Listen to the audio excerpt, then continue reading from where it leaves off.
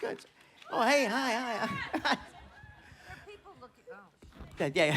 People looking in the window. Oh, well, they can't get yeah. in. Oh, did. Yeah. Oh. They're in the wind. Yeah. We got the way too, but all that stuff. Hi. Hi. Hi. Thanks for joining us here in Raleigh this weekend. Thank you. Oh, so glad to have you here. We've got the lights up. Is that good for you? I prefer to Love be it. able to see everybody. Yeah. All right, great. Well, we enjoy seeing you so much.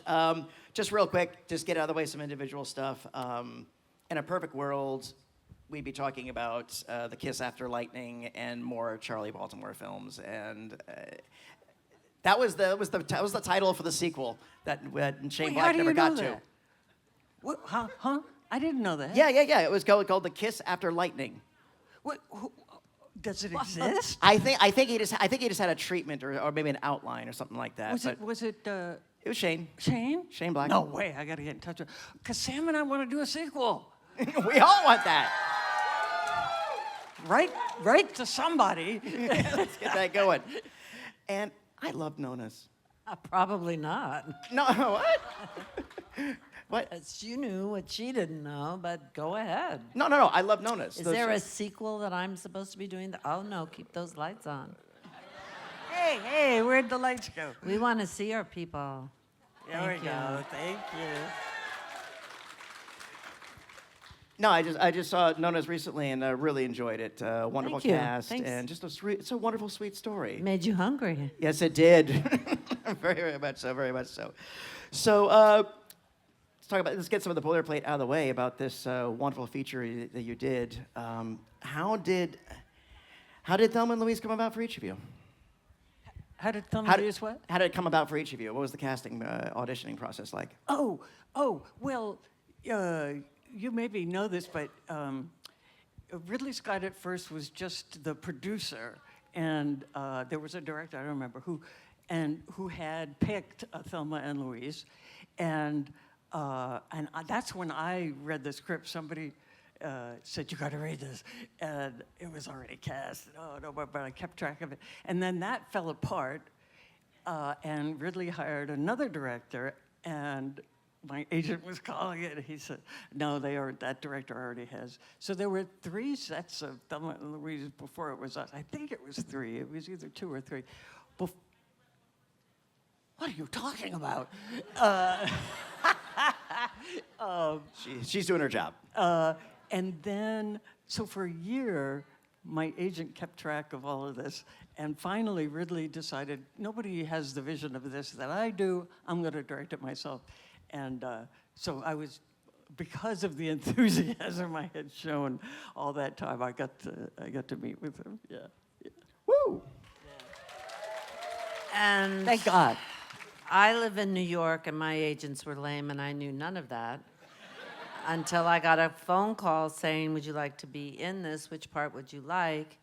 And then I met with Ridley and Geena, and it was magic. But I didn't know about it, actually. I don't know. Yeah. No, that's absolutely fair. When did everybody always walks in hoping that any projects are successful? I'm about several of your projects. I'm sure a common question comes up. Did you always know it was going to be successful?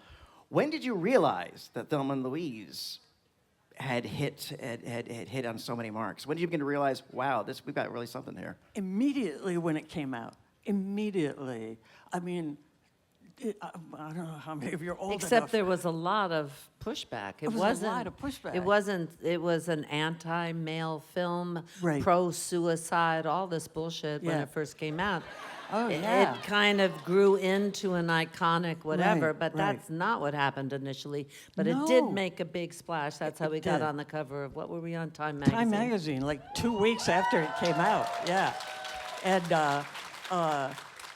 yeah, it was pretty, there was like, oh my God, now the women have guns. This is like a horrible, horrible development. Yeah. And, they're promoting suicide. Obviously, they'd never seen Butch Cassidy and the Sundance Kid, for instance, or Jules and Jim and any of the other ones that followed Right. a kind of Right. romanticized Right. kind of ending to a film about repression, whatever. Right. Yeah. Yeah. Repression and friendship. That's always my take about it. So I think it's one of the most beautiful movies about adult friendships coming out of the 20th century. Literally ride or die. Yeah. Yeah. No, absolutely. What's looking back on it? What's the best memory you've taken from that? Working with Susan. Geena. I mean, definitely. Oh my God. She I had changed my life. ragtag family with me, Yes. and we had a pleasant, fun time doing it. We Yeah. were the only gals, really, pretty much. Yeah. And it was definitely a man's world. I mean, the joke was every time that we rode at the end of the day through the sunsets back to base, we kept thinking, is there going to just be a voiceover? Is this like just going to be one of those gorgeous films and we're actually just a voiceover? Because, that's what it was about. Ridley is a very masculine, his crew just loves him. Everybody was shirtless with their T-shirts on their heads, smoking cigars, racing cars. And then there was Geena and I. And my little tiny family, but it was beautiful. It wasn't the Grand Canyon. It was in Utah, and it was gorgeous, and the summer, because I tried to always work during the school year, and not in the school year and during the summer. So I would say we weren't really. I thought it was a cowboy movie with women and trucks, and I didn't really anticipate it would turn into such a controversial, like you said, you give women guns and all of a sudden it's a big deal. Yeah. But Susan, every once in a while, would say, see how much fun it is to work with women? I was like, yeah, because I hadn't had a female co-star before that, I only had male No, you co-stars. usually don't have more than one woman. If you do have two women, one's older, one's younger, and they hate each other just because. And no, it was a big deal at that time.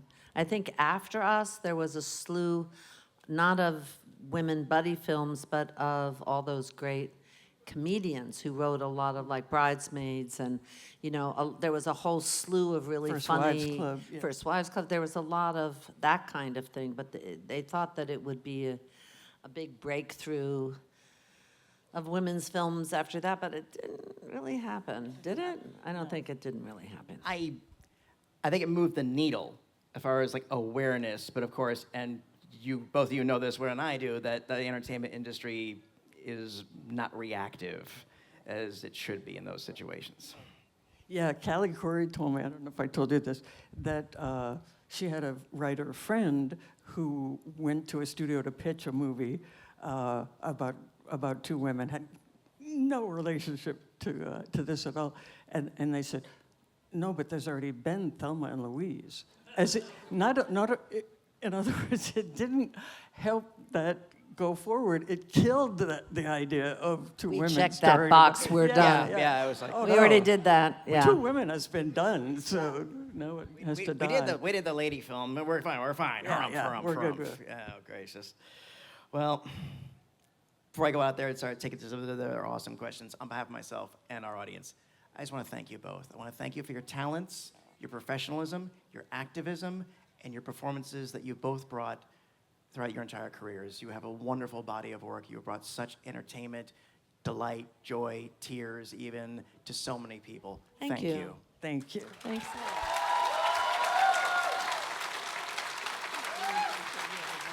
Alrighty. And this young lady has been waiting for quite a while. Okay, hold on. Yep. All right. Okay. So, hi, what's your name? Hi, I'm Katrina, your NPC quest giver today.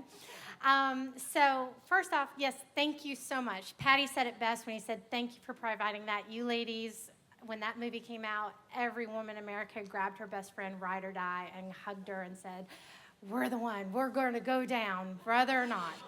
So, but I'm actually going to take you back because both of you have a little bit of a musical background. Obviously, Susan with Rocky Horror, but Geena, you got Earth Girls Are Easy, where, So would you guys consider doing a musical now if somebody approached you with one and asked you to do a musical movie or any type of musical or even stage? Well, you know, my dream is to work with Susan again. We couldn't really do a sequel to that movie. But didn't people ask you all the time if there would be a sequel for years? And I was like, what do you think happened? Did you see the movie? Yeah. They came up with some kind of a scenario at one point where we were up in heaven looking down on women being the victims of domestic abuse and we would I don't know what intervene. we were, and I remember saying to somebody, but what would we be doing? And they said, collecting a big check. But there was no way to find something for us to do. In terms of musical, I can't really sing. I did sing in that, I did sing in that, and one of the reasons that I wanted to do it was because I had a phobia about trying to sing, and I thought that was really a lot about ego, and I should, you know, once I got over there, they would give me alcohol or drugs or something to help, and of course they did not, and but luckily you put it down ahead of time, you know, because you have to lip sync your own voice. So I apologized over and over and over, and finally got it passable, but I'm not very comfortable as a singer. My singing voice was dubbed by somebody else in Earth Girls Are Easy. By me. Yeah, right. No. Yeah. So it's probably not going to happen. Thank you so much for starting us off. You get 2 for being the first one. Thank you. Okay. Hi, what's your name? Hi, my name is Amanda. You lovely ladies both exist as redheads, and I'm a redhead, and I love redhead cosplays and costumes and stuff like that. Has that ever affected how you feel about yourself, or have you ever been self-conscious about being a redhead? Did you ever get picked on as a kid or anything like that? I was more blonde as a child and kind of got redder. My mom was red. I have 4 sisters, 2 of whom are red. One's brown, one's blonde, now white. But so that we had kind of the Benetton of colors in our family, and I had a lot of other things to worry about besides that. You know, it was so interesting because I grew into being a redhead as an adult, if you know what I mean. So I did not grow up being teased about my red hair. Thank you. Great one. And great April O'Neil cosplay, by the way. You're very welcome. Let's go ahead. I can come to you if you want. Yeah, if you want. Just sit. Hey, what's your name? David. Callie Curry said she wrote Thelma Louise as a small-scale road movie, but it became something much bigger. At what point in the shooting was it evident that Ridley Scott was framing this giant, this epic, mythic canvas for you? And how do you think that changed the effect of the film? From the very first day, and it was a tiny film, and a lot of it wasn't very specific, and so a lot of decisions had to be made while we were filming, and Callie wasn't there at that time, so Ridley was moving things around, and we were making suggestions, so it was kind of a collaborative experience, and she got an Academy Award nomination, so I think she's happy with what came out. She won it, Oh, she actually. won it. Yeah. Sorry, she won, and so I'm sure whatever we did to kind of mold what she had done, she's probably fine with, I would hope. But it was clear that, you know, he sees things in pictures, and the choice to put it in that landscape, in that John Wayne landscape, immediately made it much more iconic and heroic than it had been in it. But when I said, well, where is this, you know, where are we coming from? What accent do we use? He said, well, just the one you have, which of course is New York, so that didn't work. And so some of those things we talked about and decided. Right. Oh, but I want to tell a story about the truck blowing up. So they had an actual truck that they were going to actually blow up. They had it all set and rigged, and they had 8 cameras going. That were going to shoot. And then Susan and I were like, well, why aren't we in the car? And he said, well, the safety people don't think it's a good idea for you to be close. And we were like, but you could get our real reaction to the explosion. We wouldn't have to act it later. And he talked with everybody, and okay, we're gonna add a 9th camera on you guys, and here's all the safety requirements and stuff. So they only have one shot of this. They blow the truck, and Susan and I both went. Actually, I remember that they cleared the whole area for 2 miles. Right. And But we were we were standing there, and there was no camera showing it was us. And I said, I have small children. You've just cleared 2 miles, and we're still stuck in front of the truck. And so then he put a camera showing it was us, Right. but didn't make it any safer. Right. Was the point. But we did not react whatsoever, except like, wow. And so he comes and goes, what were you doing? Why didn't you react? I was like, I forgot or something. And so then they had to set it all up and have a big fan blowing at us and have crinkly Lights, please. Thank you. orange lights coming and everything to simulate that. And then we were like, wow, oh my God. Anyway, so that's what's in the movie, is us pretending that it's blowing up. Yeah, come on over. Get in the X here, that way our camera can get you. So, hi, what's your name? Jordan. Jordan, what you got? Hi there. This is actually my first con. I flew all the way from Seattle. Thank you for joining us. Thank you so much. Yeah, my brother lives here too, so it's double whammy trip. So I actually lived in New York for about 5 years, and I acted while I was there. And then I just wanted to take a break and do other things. I got my degree, so that's good. But now I'm living in Seattle, and I'm thinking about going back into acting. And it's been about 6 or 7 years, so my question is, do you have any advice about getting back into acting after this long break? Either, both of you, excuse me. Susan? I know nothing about acting in Seattle. I have kids that are kind of in the business in different ways, and I have not been able to give them one piece of practical advice, so I'm sorry. Yeah. Do you know anything about acting in Seattle? No, but I studied acting in college, and I have so many friends, and when I became more successful, I wanted to get, I was never able to get one job for any friend of mine, so I don't have advice for anybody about how to get into it, but good luck. No, yeah, and I was like, break all the legs. It is a marathon, it's not a sprint, and you have the ability to create your own stuff. Create your own stuff. That's how I always tell everybody. Right. Good luck to you. Thank you very much. Thank you. Hey, come on over. Hi, what's your name? Alice. My mom and I have a question. I heard you both worked with Chevy Chase in separate films, and he's quite a funny guy, Chevy Chase or something. How was your experience working with him? Can you remind me when I worked with Chevy Chase? Wait, is your mom here?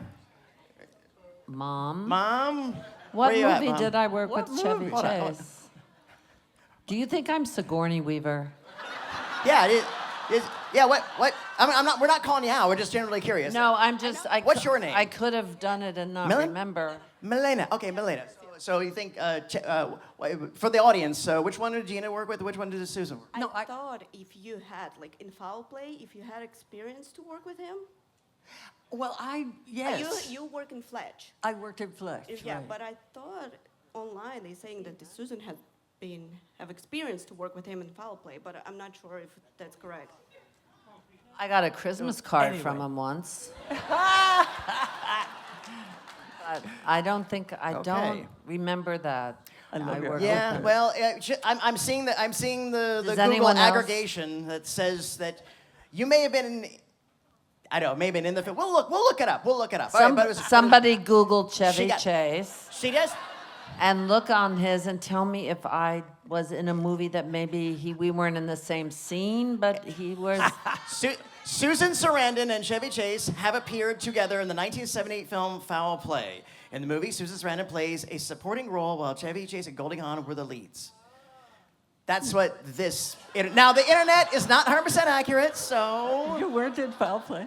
I never even saw that movie. So, okay. No, that. But you got a Christmas card. But I got a Christmas. But that just goes to show you don't believe everything that you That's read on true. the internet. That's right. Yeah. Thank you for the question, honey. All right, so one for you, one for your mom, and one for trying. Thank you. Okay. I like your outfit, though. Awesome. Hi, what's your name? My name's Mia. So I wanted to ask if you had the opportunity to like choose the subject of a film you're gonna be in, or like choose a character you are gonna portray. Sorry, my English is kind of bad. I'm from Germany. Like if you had that opportunity to just choose your character or like the subject of a film, like what would that be about? Like, yeah. So if they could actually choose a specific role or a character archetype, anything they wanted to, what would their dream pick be? Exactly. Okay, all right. I want to be a badass again. Always and forever. That's what I want to do.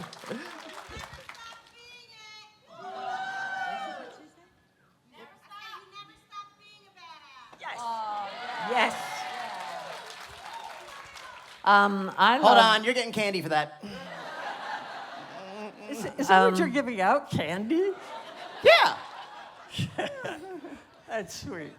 I guess it is sweet. Every movie I do, I see as a love story, no matter who it's opposite, you know, and I think that I would like to do more love stories because I think that's the bravest thing anybody can do is to love another person and be open to that person. So I'm always looking for some kind of love story. And simultaneously be a badass. Very much. Danke, Fräulein. Hail the Empire. Star Trek. Yes, I know, Star Trek, the Terran Empire. Okay, I'm Babs. First, wouldn't mind seeing Brad Pitt in the empty seat next time, but I know he's a big guy. But you were fantastic in Beetlejuice, and love your archery skills. I mean, that's just so admirable that you actually almost made the Olympic team. You were a standby. Semifinalist. If it hadn't Semifinalist. rained, right? The problem was it rained. She wasn't Right. used to that. She would have made it piece of cake. But Right. how fun was it to make Beetlejuice? Oh, super fun. I was invited to meet with Tim Burton about it, and I had read the script, and when I met him, I was like, I get this movie. I get it. I really want to be in it because I really get this movie. And he told me later that he cast me because he felt like he didn't get it. And that it would be very handy to have somebody on set who knew what it was about. So that's why I was in it. All right, good, thank you, okay. Come over, hey. Hi, what's your name? My name's Christina. Thank you both for not the powerful roles that you brought to life, but how you used each of your platform to represent a strong, complex woman. Your work has had a great impact on my life. I'm gonna try not to cry.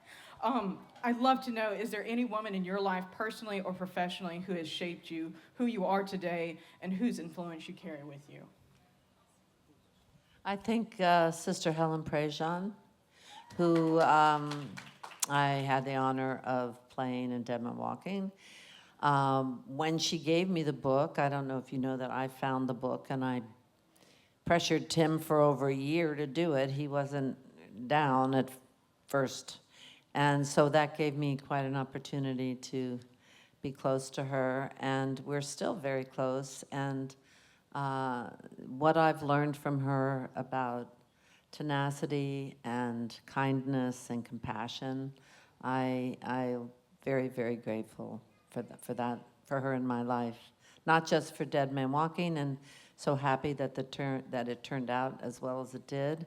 Tim wrote a great script eventually, and but you know, she's still plugging away, trying to make a difference, and I think we can all learn the power of purpose from her.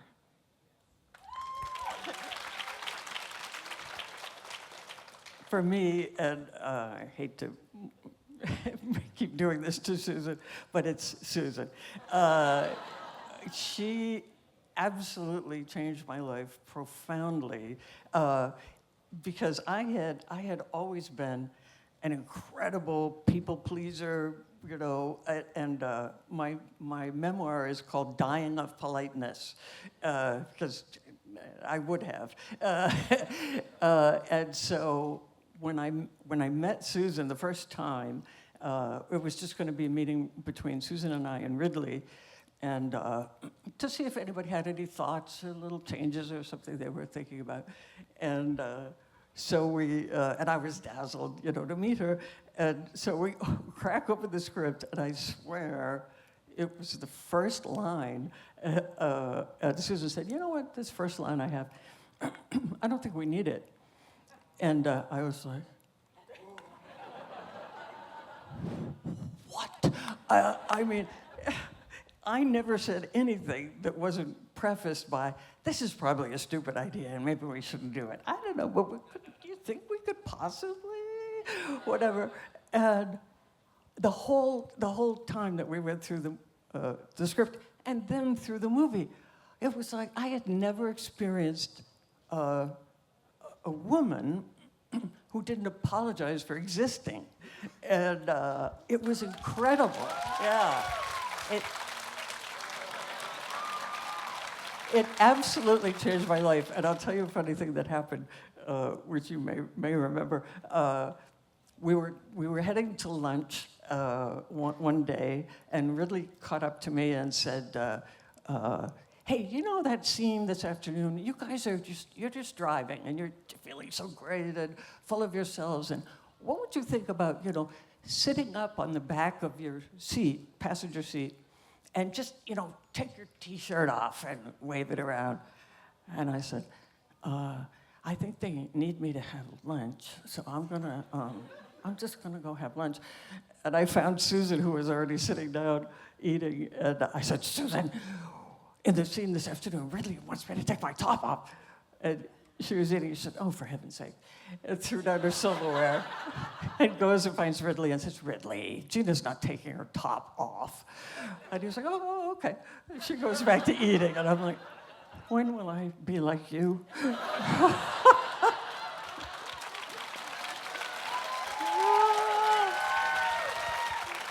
Well, especially the detail of sitting on top of the seat, Right. taking off your top. Right. With no bra, I think he No, also... no. Yeah, he let you keep the bra? Yeah, I would have had a It was like, bra. when would you do that, to take off your top? You'd get yourself on the top of the seat to take off your... I mean, I was like one step too far. Wonderful question. Thank you so much. Thank you. I love that shirt, by the way. Hi, what's your name? My name is Sydney. Hi. I wanted to know, I know that obviously this film was majorly flipping Hollywood back when it came out. I wanted to know what you guys thought personally about being a part of this film as women and how that affects you today, too.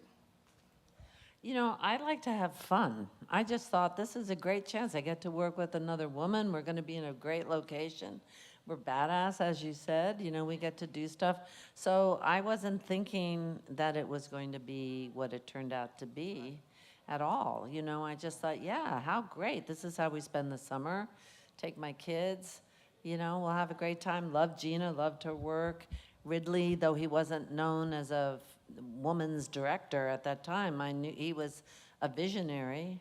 You know, I knew that it would look amazing, but I just thought it would be fun. Oh, and it's been meaningful, though, I think, to both of us to have been in something that resonates with women so strongly. So that it's meant a lot to us. And I didn't realize at the time, you know, we both were nominated in the leading actress category, which I didn't realize at the time was a big deal, because if you look back, a lot of times they put one person in supporting, which is an easier one to win in. And so the fact that they gave us both the leading actress was very respectful, and I really am proud of that fact that they, you know, they didn't try to get an extra nomination by splitting us up, which made doing the press and everything so much more fun. Thank you. All right. This wonderful makeup job on this girl. What's your name? I'm Genesis. What you got? My question is for Miss Geena. Susan, I love you. What was it like being a new version of Regan MacNeil in the Exorcist TV show? Oh, right. I don't know how many of you saw that, but yeah, I did the Exorcist TV show for Fox, and I had daughters, and one of them was being possessed possibly, and there was a priest involved and all of that. And then in episode 5, I meet with the priest, and I tell him my name, my real name, you know, is Regan. And I was standing next to the producer when it was airing. We in the makeup trailer, we were watching it, and I say, "Hi, Regan." And then his, you know, social media feed was like, "Oh my God, oh my God, oh my God, I can't believe it, holy fuck." And it was really fun. It was very fun, yeah. Have a red one. There you go. Hi, what's your name? Hi, my name is LaToya, and my question is about, for both of you, your experiences starting out in the acting industry compared to now, and especially about the perspective of what you see for female actresses now versus when you started. Well, a huge difference happened actually with the Me Too movement. I mean, that was a very pivotal moment, and in some ways we haven't gone back on it because there is no way an agent is going to allow a female actor to meet in a hotel room anymore. And that happened to me, and I was twice made very uncomfortable by meeting the director alone in a room. So that's not going to happen in America. Also, it used to be that, you know, my peers and I thought you have to accept any salary. You can't ask for more money. The guy is always going to get more money than you, and that's just a fact of life. And then after Me Too, people started revealing what they were making, and some male actors would reveal what they made. And now it's okay. You won't be shunned and not hired if you say, "Hey, I want the same salary as him," which is revolutionary and a great development, I think.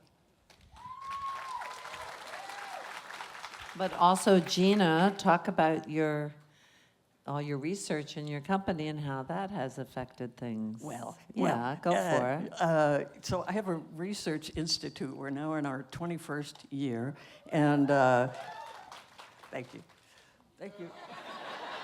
And what we do is measure the representation of not only women, but other underrepresented categories, LGBTQ and people of color, disabilities, age, body size, and the way we operate is to go directly to the creators. So I don't spend any time trying to educate the public and hope they will, you know, write letters to a studio or something.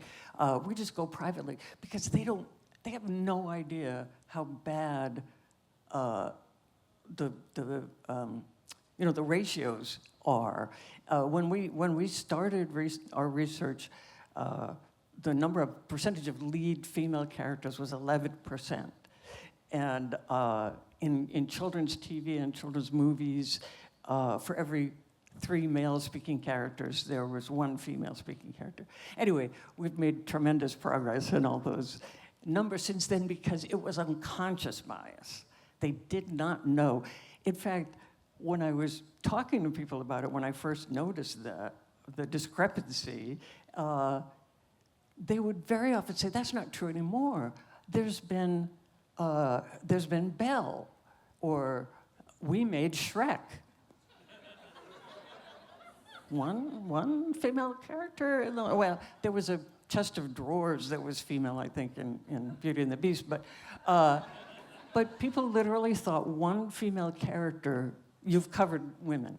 So anyway, so that's... So there's a lack of imagination. Right. If they're, for some people, if it's triggered Right. to show them, sometimes they do step up. And I think Right. the good news is there's a lot of very wealthy female actresses now who have production companies that are turning out a lot of more content that is directed towards female. That being said, I think that it's still a male-dominated, male-run industry, and certainly politically, you step out of line and you're done.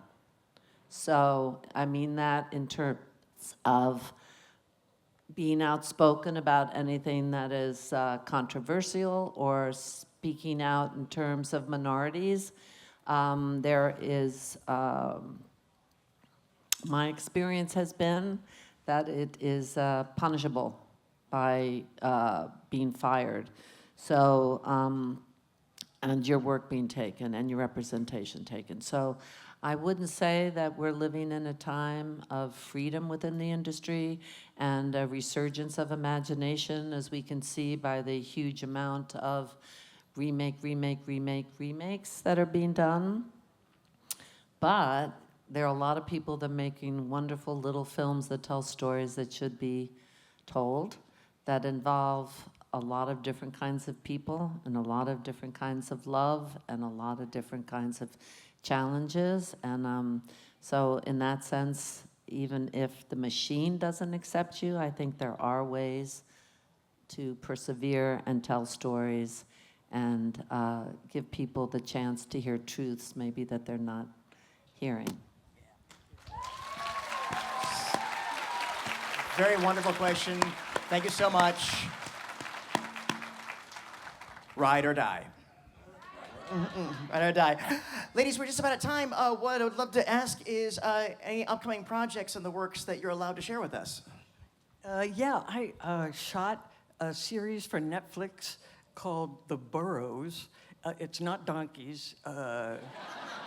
It's burrows as in a neighborhood.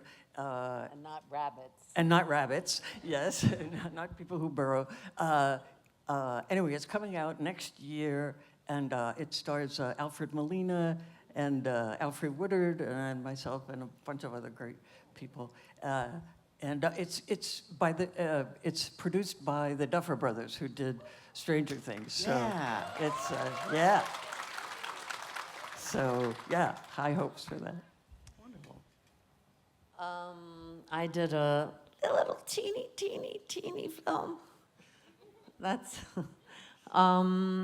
that is called, at the moment, is called The Accompanist. It's me and a kid. I don't know what's going to happen to that. In the meantime, I'm finding most of my work in Europe, and I'll be doing a play at the Old Vic, starting rehearsals in August and going till November 1st. So I'm gonna come and see it. All right. Yeah. I mean, I feel like I'm getting ready to go to sleepover camp for the first time, but I'm excited / terrified, but I think it'll be fun. Okay. And one final question. Would you like to take a picture with this wonderful audience? Yes. Absolutely. All right, folks, we Selfie invite everybody with to all come of you. towards the stage. Not on the stage, please. Towards the stage. Want to take a picture of these amazing ladies and all of you. This will be available hard copy at any of our merch booths. This will be available for download at on our Flickr website. If you have not signed up, if you're not signed up for our email newsletter, please do so. That way you get all the links as they drop.